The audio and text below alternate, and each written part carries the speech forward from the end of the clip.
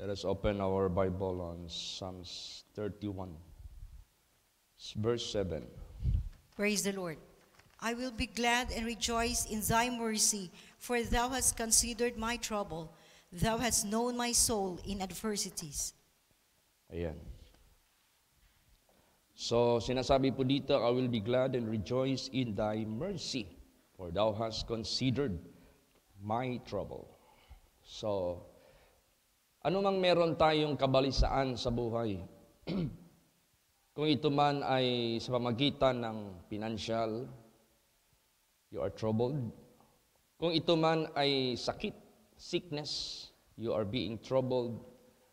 O kung ano man ang mga bagay-bagay na nagbabagabag dyan po sa buhay mo, alam po ito ng Diyos. Kinoconsider po ito ng Diyos. Pag sinabing kinoconsider ng ating Panginoong Diyos, ito ay alam niya. Ito ay nakarating sa Kanya. Ito ay nakikita niya. At ito rin ay nararamdaman niya. Thou hast known my soul in adversities. Nalaman mo ang aking kaluluwa, panahon ng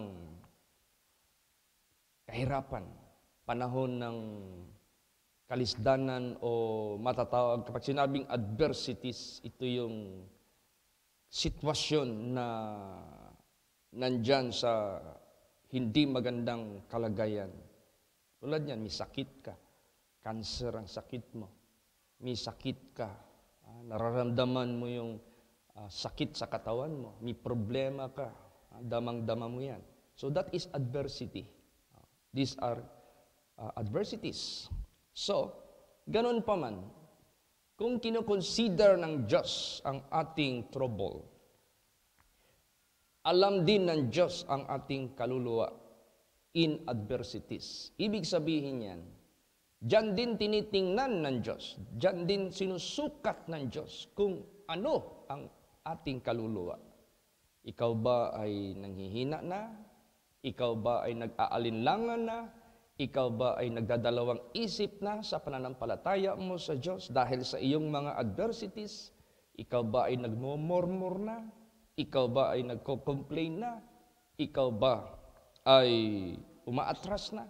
O di kaya ikaw ay lalong tumitibay sa Panginoon? O di kaya ikaw ay lalong nanampalataya sa Kanya in spite of all adversities? So, either negatibo man o positibo man ang nakikita ng Diyos sa buhay natin, alam niya ano ang ating kaluluwa. Kaya, in times of adversities, in times of trouble, na kinoconsider ng Diyos, na alam ng Diyos ang ating ginagawa, isip, salita, lahat na, plano, lahat. Ano yung nandyan sa inner man natin, itong lahat alam ng Diyos. Kaya, pagbutihin natin, no? Ipakita natin na yung mga banal na salita na ating narinig ay hindi ito ating kinalimutan. Ang banal na salita ng Diyos na nagbibigay sa atin ng katuwiran, huwag natin itong baliwalain. I-apply natin sa buhay natin ito. Kasi ang tanong niyan, alam nga ng Diyos yung kaluluwa mo in adversities, pero anong nalaman niya sa buhay mo? Anong nakita niya sa buhay mo? Righteousness or wickedness? Godliness or ungodliness? Steadfastness o weakness? Kaya sa buhay natin, kinakailangan magpakatibay tayo sa Panginoon kasi diyan niya tinitingnan ang ating inner man, lalo't na sa adversities. Basahin natin. Psalms 1 verse 6. Praise the Lord. For the Lord knoweth the way of the righteous, but the way of the ungodly shall perish. Tingnan mo. Kung ang iyong naging way, panahon ng adversities sa buhay mo is righteous, matuwid, alam ng Diyos yan. Ibig sabihin yan, you will be worthy of His reward. You will be worthy of His good promises. Tulad na lang sa mga anak ng Diyos dito sa Biblia. Sadya itong sinulat ng Diyos for our learning, for our lesson, for our example, that we should follow. They're good examples. Si Job, tingnan mo si Job. nawala ng mga ari-arian, nawala ng mga anak, pati yung katawan niya nagka-sakit-sakit hanggang kinain na ng uod. Pero sa lahat ng mga iyan, in his adversities, nakita ng Diyos ang kanyang kaluluwa in righteousness. So, ganun din sa buhay natin. Mayroon talagang ginagamit ang Diyos na ihimplo na sadyang isinulat sa Bible para tayo. Meron tayong basihan, meron tayong batayan. Anong klaseng uri o pamamaraan na ating ipapakita sa presensya ng Diyos panahon ng adversities? Kinakailangan maging righteous.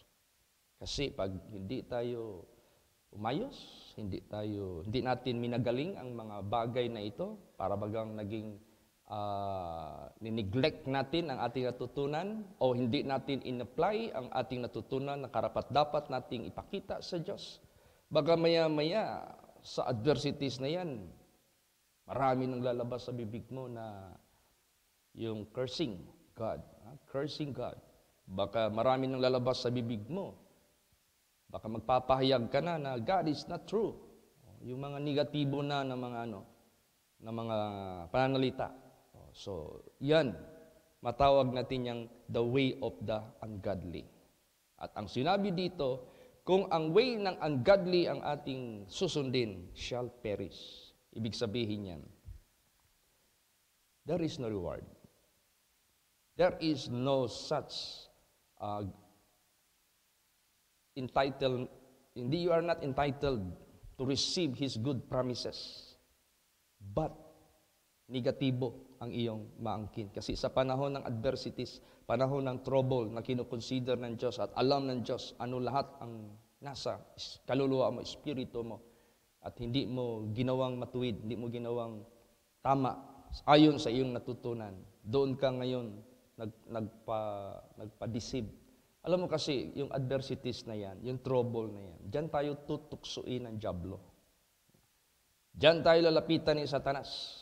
Diyan tayo lalagyan ng bitag or snares para pumasok tayo diyan. Kaya mag-ingat tayo sa panahon ng trouble, panahon ng adversities. Kasi liligawan tayo ni Satanas diyan, 100%. Kaya ipakita natin sa Panginoong Diyos. In spite of that, lalagyan tayo ng snare sa harapan natin ng dyablo. Hindi pa rin tayo dapat matitinag kasi alam na alam ng Diyos anong nasa inner man natin. Basahin natin ang Psalms 142 verse 3. Praise the Lord. When my spirit was overwhelmed within me, then thou knewest my path. In the way wherein I walk, have they privately laid a snare for me. Oh, you see? Kung ang aking espiritu ay malunod sa loob ko,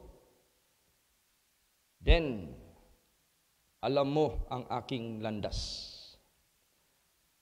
Sa daan na kung saan ako'y lumakad, anong ginawa ng kaaway? They privately laid a snare for me.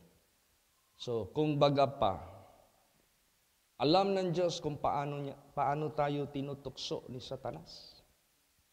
Alam ng Diyos yan. Paano rin tayo gumanti sa tukso na yan? Kung yan ba ay naging sanhi ng ating paglakad sa way of wickedness? O yan ba ay hindi nagpatinag sa atin, lumakad pa rin tayo sa righteousness? So, therefore, panahon ng trouble, panahon ng adversities, yun na yung panahon na ipakita natin sa ating Panginoong Diyos na maging katulad tayo sa isang gold.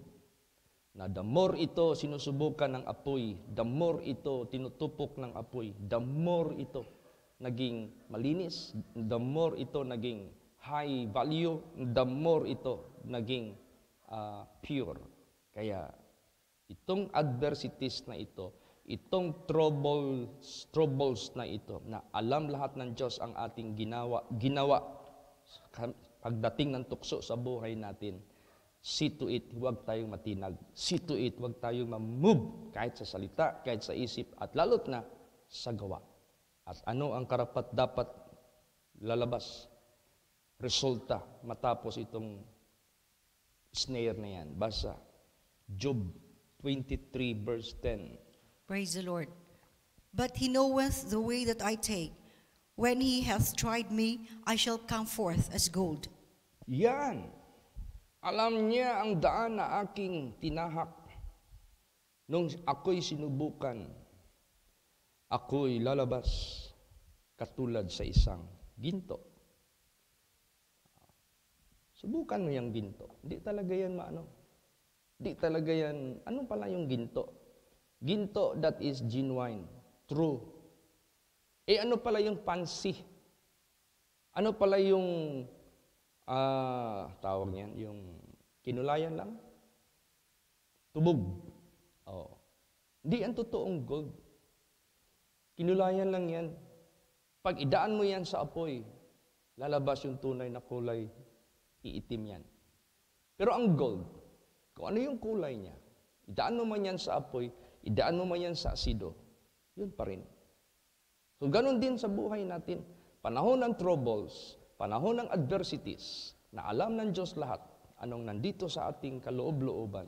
At dyan tayo nilalagyan ng tukso ng dyablo para tayo mahulog sa snare, sa bitag na yan. Dyan na natin ipatunay, dyan na natin ipakita na maging katulad tayo sa pure gold, na hindi magpakailanman kayang yanigin ng masamang espiritu. Alam mo, pag ginawa natin yan, hindi tayo hihiwalayan ng Diyos. Hindi tayo iiwanan ng ating Panginoong Diyos.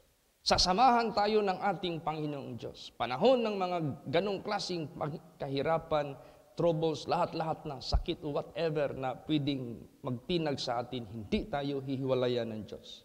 Diyan niya tayo palalakasin, diyan niya tayo tutulungan, diyan niya tayo itataas. Praise the Lord. Basa Isaiah 43 verse 2. Praise the Lord. When thou passest through the waters, I will be with thee, and through the rivers, they shall not overflow thee. When thou walkest through the fire, thou shalt not be burned, neither shall the flame kindle upon thee. Yes. Ang pinaka-importante sa buhay natin, bakit kahit anong trouble, anong klaseng adversities darating sa buhay natin, ay hindi pa rin tayo natitinag sa ating pananampalataya at pagsunod sa Diyos, para hindi tayo hihiwalayan ng Diyos. Para tayo sasamahan ng Diyos. Ngayon, kung sasamahan tayo ng ating Panginoong Diyos, sabi dyan, when thou passest through the waters, I will be with thee. And through the rivers, they shall not overflow thee. When thou walkest through the fire, thou shalt not be burned, neither shall the flame kindle upon thee. So, lahat ng uri ng mga pagsubok, init, agos, lamig, tubig, whatever. There are so many form of test sa buhay natin. Pero, kung sasamahan tayo ng ating Panginoong Diyos dahil hindi tayo nag-waver, dahil hindi tayo natinag, ay hindi yan maka-apekto sa atin. Yung agila. Usually yung agila pag lumilipad, hinahanap yung direksyon ng hangin. Ilang eroplano yung marunong maglipad na yung tower, sabihin ng tower, ikaw, eroplano na magti-take off dito ka sa north, mag-start kasi nasa south galing yung hangin. O kaya, ikaw nasa mag-take off, mag-start ka sa west kasi nasa east yung hangin. Ang agila, bago yan sila lilipad, matalas yung mata nila. Alam nila yung kilos ng dahon ng mga puno kung saan direksyon yung hangin. At nararamdaman nila yan. Pag alam nila yung hangin, hinaharap na nila na salungat against their direction, tsaka sila yan tatalon at haharapin nila yung hangin. Ibubuka lang nila yung kanilang pakpak, kunting ganun lang para mag-start sila. Tapos, gano'n na lang yan. I-spread na lang nila yon. Gumagano na yan siya hanggang pataas. Pataas ng pataas. Parang yan, parang spiral yung nila pag nila. Ganun. Kaya sa buhay natin, yung mga pagsubok na yan, yan yung mag-i-elevate sa atin. Kaya paghusayin natin. Huwag tayong magpa-deceive, huwag tayong maging dull in hearing na akala mo wala tayong naiintindihan sa takbo ng buhay natin. Panahon ng adversities, panahon ng trouble, dyan na natin harapin. Huwag tayong matinag sa pananampalataya. Sa panahon ng tukso, ipakita natin na hindi tayo kayang baguhin ng dyablo. Tapat pa rin tayo sa Kanya. Yung inawit natin kanina, I know whom I have believed. Kilala mo pa rin kung sino yung pinanampalatayanan mo. Praise the Lord. So, ang yung pag-ibig natin sa Diyos. Kasi ito pag-ibig natin sa ating Panginoong Diyos. Damang-dama ng Diyos. Kung damang-dama natin ang pag-ibig ni Kristo sa buhay natin because He gave His life for us.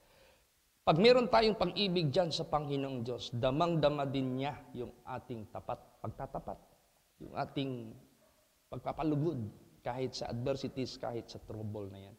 Kaya lalo't nalalaman ng Diyos ang ating pag-ibig sa Kanya. Lalong nai-establish. Praise the Lord. Basahin natin 1 Corinthians 8:3. Praise the Lord. But if any man love God, the same is known of him. Yan. Kung sino man taong umibig sa Diyos, ganun din ay alam niya. Alam niya ito. Ibig sabihin, if any man love God, the same is known of Him. Ibig sabihin yan, kabisado niya. Hindi niya ito makakalimutan magpakailan paman.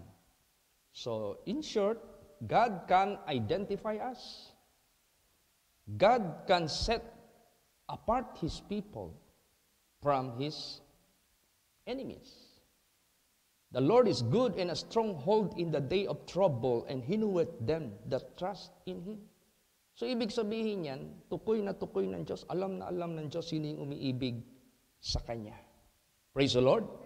Kaya tayo na, lalo't nasa adversities, nasa trouble, yun na yung panahon, yun na yung moment na i-prove natin sa dyablo habang tinutukso tayo na hindi tayo kayang yanigin. Diyan na natin ipakita yung pag-ibig natin sa ating Panginoong Diyos na hindi magpakailan pa man natitinag. Basahin pa natin. 2 Timothy 2:19. Praise the Lord. Nevertheless, the foundation of God standeth sure, having this seal, the Lord knoweth them that are his, and let everyone that nameth the name of Christ depart from iniquity. Yes, the foundation of God standeth sure. Ibig sabihin yan, His kingdom is unshakable. Pag nanindigan ka sa Kanya, you will not lose your reward.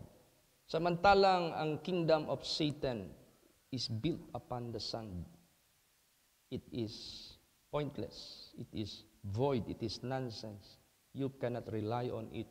You cannot trust His promises. Samantalang ang foundation sa Diyos, sure. The Lord knoweth them that are His. Ibig sabihin yan, who will benefit the sure foundation of God about all of His promises? Yung Kanya lang. Alam niya kung sino sila. Praise the Lord. And let everyone that nameth the name of Christ depart from iniquity.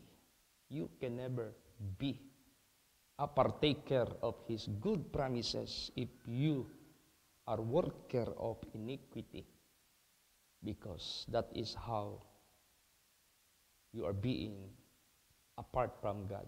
Nahiwalay ka na sa Diyos. Kaya ganun po ka-importante. So unawain natin ang takbo ng buhay natin.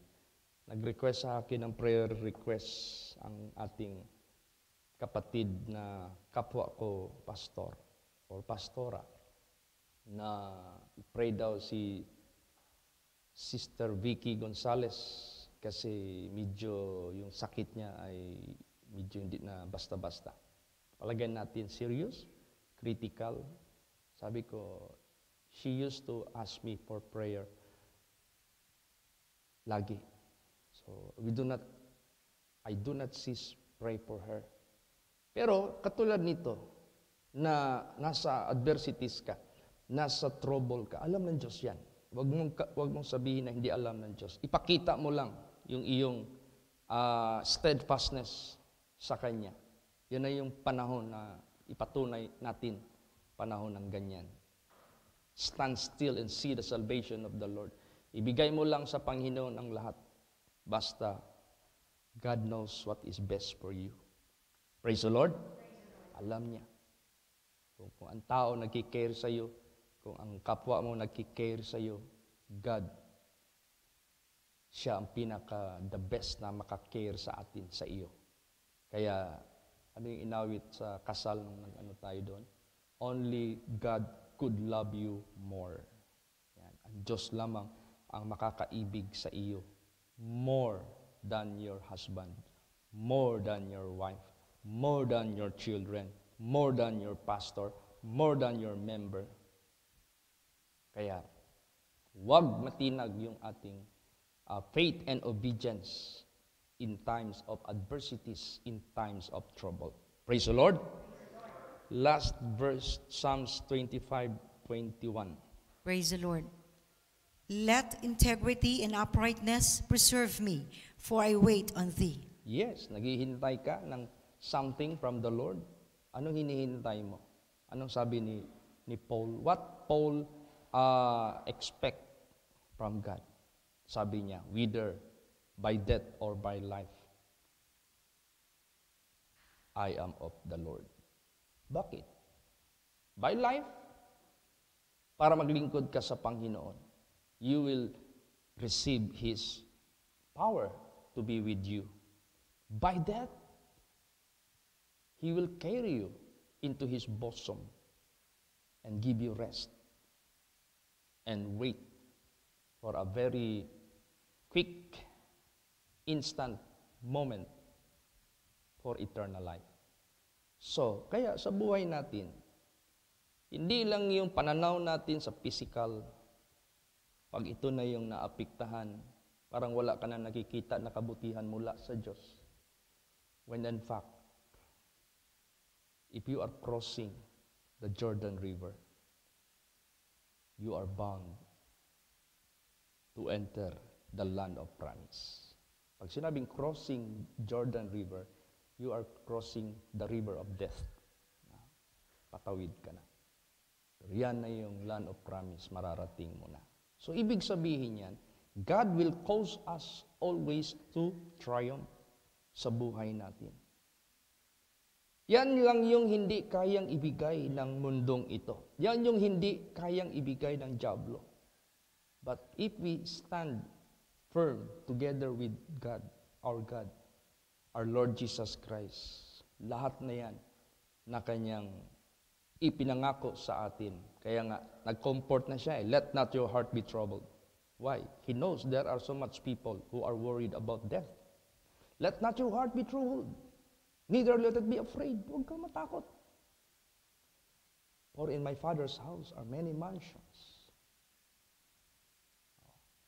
And if it were not so, I have to tell you, I go and prepare a place for you. And if I go and prepare a place for you, I will come back again and receive you unto myself, so that where I am, there you may be also.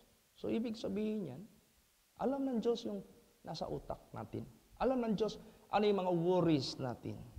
Pero binibigyan niya na tayo ng ahead na preparation, kondisyon. I-condition natin yung mind natin, i-condition na yung puso natin. Tingnan mo yung panahon ni Pastor Samuel Gabre. Pastor Samuel Gabre, who was used by God for the first pastor na itong kasaysayan natin sa holy place. When God took him, no one expect it, no one can accept it, no one can believe it. Walang makatanggap. Only God knows. Pero yung revelation niya sa akin doon sa Manila, hindi ko rin nakuha. Kaya minsan, sabi nila, ang lalim ng isip ng ni Digong, hindi mo kayang basahin. Lalo't ng isip ng Diyos. Praise the Lord. Oo. Maniwala lang tayo sa Kanya. Sabi ni Lord Jesus sa akin, anak Conchito, malilipat ka ng iyong assignment. Ang alagad ko lang ang nakakaalam. Siya lang nakakaalam. Ibig sabihin yan, ang isip ko, I will be assigned somewhere into Gigaraw. Kayon man yung mga existing congregation or might be in Mindoro. Hindi ko alam. Ang lalim pala ng isip ng Panginoong Diyos. Pero meron nang ipinakita ang Diyos ahead na October 3, 1990, na ako raw ay nakatayo na sa ibabaw ng ito, sa may pulpit, dito banda. At walang nakakaalam noon ano talaga ang purpose ng Diyos. Yung pala, bibigyan na niya ng kapahingahan, bibigyan na niya ng assurance of reward si Pastor Samuel Algabre. See? So, ibig sabihin yan, tayo, panahon ng adversities, panahon ng trouble, huwag tayong matinag. Praise the Lord. Oh, God has so much for you, so much for every one of us. Kaya magpakatibay tayo sa ating faith. I will be glad and rejoice in thy mercy, for thou hast considered my trouble. Thou hast known my soul in adversities. Praise the Lord. Magsitayo po ang lahat.